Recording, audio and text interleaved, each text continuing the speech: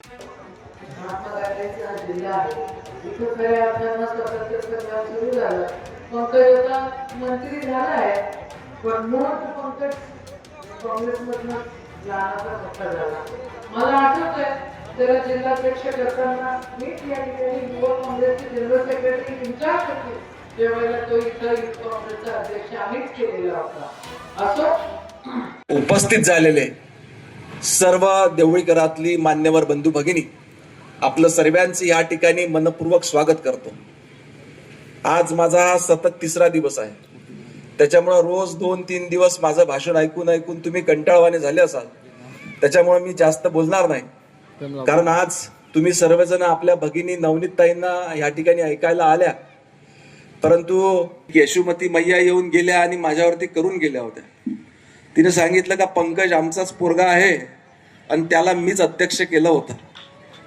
मला चांगलं आहे, ठीक आहे, मी अनेक मातांचा पोरगा आहे, काही प्रॉब्लेम नाही. परंतु त्यांनी जर का अध्यक्ष मला केलं असं तर मी माझ्या आमदारकीचा राज्यमंत्री पदाचा आत्ताच राजीनामा देतो. मला अध्यक्ष तुम्ही केलं होतं, उद्या म्हणून आमदार मीच केलं, आमदार तुम्ही केलं, मंत्री तुम्ही केलं.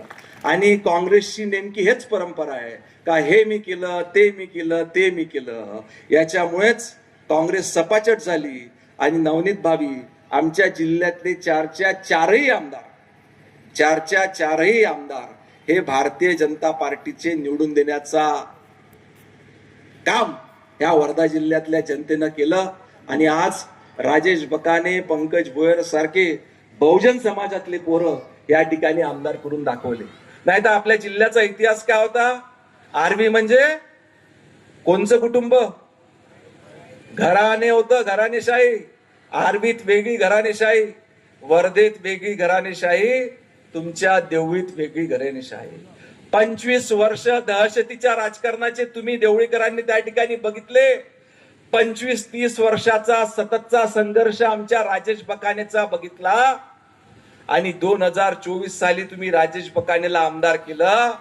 फक्त 1 वर्षाच्या कालावधीमध्ये राजेश बकाने यांनी देवळी सारख्या लहानशा शहरामध्ये जलतरण तलाव मंजूर केला, यशोदा नदी करता त्या ठिकाणी घाट मंजूर केला.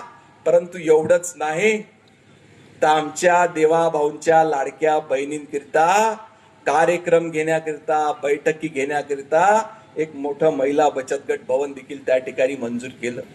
त्याच्यामुळे एकीकडे भारतीय जनता पार्टीचे लोकप्रतिनिधी, आमदार, खासदार विकासाच्या गोष्टी करतात आणि काँग्रेसचे लोक काय करतात? दहशत निर्माण करण्याचा प्रयत्न करतात, क्रेडिट घेण्याचा प्रयत्न करतात. 1 वर्ष आधी आपल्या हातून चूक झाली. आपले लोकांमध्ये राहून काम करणारे रामदासजी तडस आपण कुठेतरी कमी पडलो. रामदासजी लोकसभेच्या निवडणुकीत पडले. जो कोणी निवडून दिला त्याला कोणीच बघितला नाही.